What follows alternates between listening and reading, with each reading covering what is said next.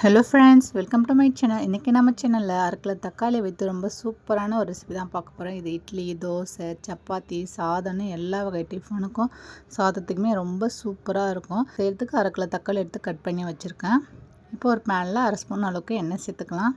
எண்ணெய் லைட்டாக காஞ்சதும் காரத்துக்கு ஒரு 5 போல் வரமிளகாய் சேர்த்துக்கலாம்.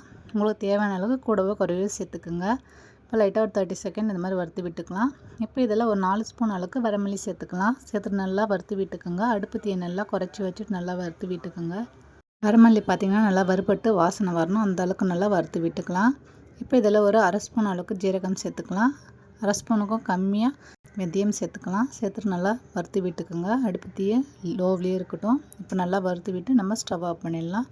அந்த சூட்லேயே நல்லா வறுபட்டுடும். இப்போ நம்ம அப்படியே ஒரு பிளேட்டுக்கு மாற்றிக்கலாம். எல்லாத்தையுமே மாற்றிக்கலாம். இப்போ ஸ்டவ்வில் அதே பேன் வச்சுக்கலாம். அதில் 3 டேபிள் ஸ்பூன் அளவுக்கு எண்ணெய் சேர்த்துக்கலாம். நல்லெண்ணெய் சேர்த்து செய்யுங்க, அப்போ தான் டேஸ்ட்டு நல்லாயிருக்கும். இதில் ஒரு 5 to 6 பல் பூண்டு சேர்த்துக்கலாம். ஒரு 3 சின்ன துண்டு இஞ்சி சேர்த்துக்குங்க. சேர்த்துட்டு நல்லா எண்ணெயில் கலந்து விட்டுக்கோங்க. இப்போ இதில் கொஞ்சமாக புளி சேர்த்துக்குங்க. ரொம்ப அதிகமாக சேர்க்காதீங்க, ஏன்னா தக்காளியும் புளிப்பாக இருக்கும். அதனால் கொஞ்சமாக சேர்த்து நல்லா கலந்து விட்டுக்குங்க. இப்போ இதில் நம்ம கட் பண்ணி வச்சுருக்க தக்காளியை சேர்த்துக்கலாம். அது கூடவே கொஞ்சமாக மஞ்சள்தூள் சேர்த்துக்கோங்க. ஒரு கொத்து கருவேப்பிலை சேர்த்துக்கோங்க. சேர்த்துட்டு அப்படியே நம்ம கலந்து விட்டுக்கலாம். தக்காளி பார்த்திங்கன்னா குழைய நல்லா மசிஞ்சு வரணும், அந்த அளவுக்கு வெந்து வரணும். இப்போ இதில் ஒரு 1/2 ஸ்பூன் அளவுக்கு நம்ம உப்பு சேர்த்துக்கலாம். உப்பு சேர்த்துட்டு கலந்து விட்டோம்னா ரொம்ப சீக்கிரமாக குழஞ்சி வந்துடும். இப்போ சேர்த்துட்டு நல்லா கலந்து விட்டுக்கலாம். இப்போ பார்த்திங்கன்னா நம்ம அப்படியே ஒரு மூடி போட்டு ஒரு 2 நிமிஷம் அப்படியே விட்டுடலாம். இப்போ பார்க்கலாம். பாருங்கள், ஓரளவுக்கு தக்காளி நல்லா குழைய வெந்து வந்திருக்கு பாருங்கள். இன்னும் ஒரு 2 நிமிஷம் விட்டிங்கன்னா நல்லா குழைய வந்துடும். பாருங்கள், இந்த அளவுக்கு நல்லா குழஞ்சி வந்த பிறகு நம்ம ஸ்டவ் ஆஃப் பண்ணிடலாம். இப்போ இது அப்படியே இருக்கட்டும். இப்போ நம்ம அறுத்து வச்ச மிளகாயும் வரமல்லியும் நல்லா ஆறி வந்துடுச்சு. இப்போ மிக்சர் ஜாரில் சேர்த்து நம்ம குறைப்பாக அரைச்சி எடுத்துக்கலாம். பாருங்கள், இந்த மாதிரி அரைச்சி எடுத்துகிட்டு நம்ம வதக்கி வச்சுருக்க தக்காளி விழுதை சேர்த்துக்கலாம். சேர்த்துட்டு நம்ம நல்லா அரைச்சி எடுத்துக்கலாம். ரொம்ப குழைய அரைக்காதீங்க, ஓரளவுக்கு 2-3 சுற்றி விட்டு நல்லா குறைப்பாகவே நல்லா அரைச்சி எடுத்துக்கோங்க.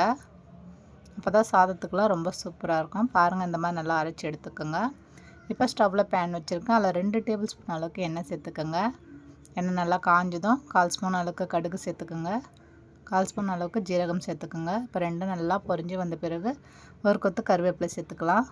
சேர்த்துட்டு நல்லா பொரிஞ்ச பிறகு நம்ம அரைச்சி வச்சுருக்க அந்த தக்காளி விழுதை சேர்த்துக்கலாம். சேர்த்துட்டு நல்லா கலந்து விட்டுக்குங்க. டேஸ்ட்டு ரொம்ப சூப்பராக இருக்குங்க. இட்லி, தோசை, சாதத்துக்குன்னு இவ்வளோ ஒரு அட்டகாசமாக இருக்கும். கண்டிப்பாக நம்ம தக்காளி தொக்கு, தக்காளி சட்னிலாம் வச்சு சாப்பிட்ருப்போம். ஆனால் இந்த மாதிரிலாம் நம்ம வச்சு சாப்பிட்ருக்க மாட்டோம். ஒரு டைம் நீங்கள் இந்த மாதிரி செஞ்சு பாருங்கள். அதுக்கப்புறம் நீங்கள் அடிக்கடிக்கு செய்வீங்க.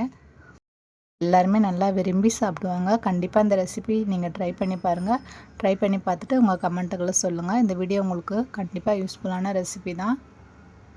அவ்வளோதாங்க ஃப்ரெண்ட்ஸ். இந்த வீடியோ உங்களுக்கு பிடிச்சிருந்துன்னா வீடியோவை ஷேர் பண்ணுங்கள், கமெண்ட் பண்ணுங்கள், சப்ஸ்கிரைப் பண்ணுங்கள். மறக்காமல் பக்கத்தில் இருக்கிற பெல் பட்டனையும் ப்ரெஸ் பண்ணி விட்டுருங்க. அப்போ தான் நான் போடுற வீடியோ உங்களுக்கு உடனே நோட்டிஃபிகேஷனில் வரும்.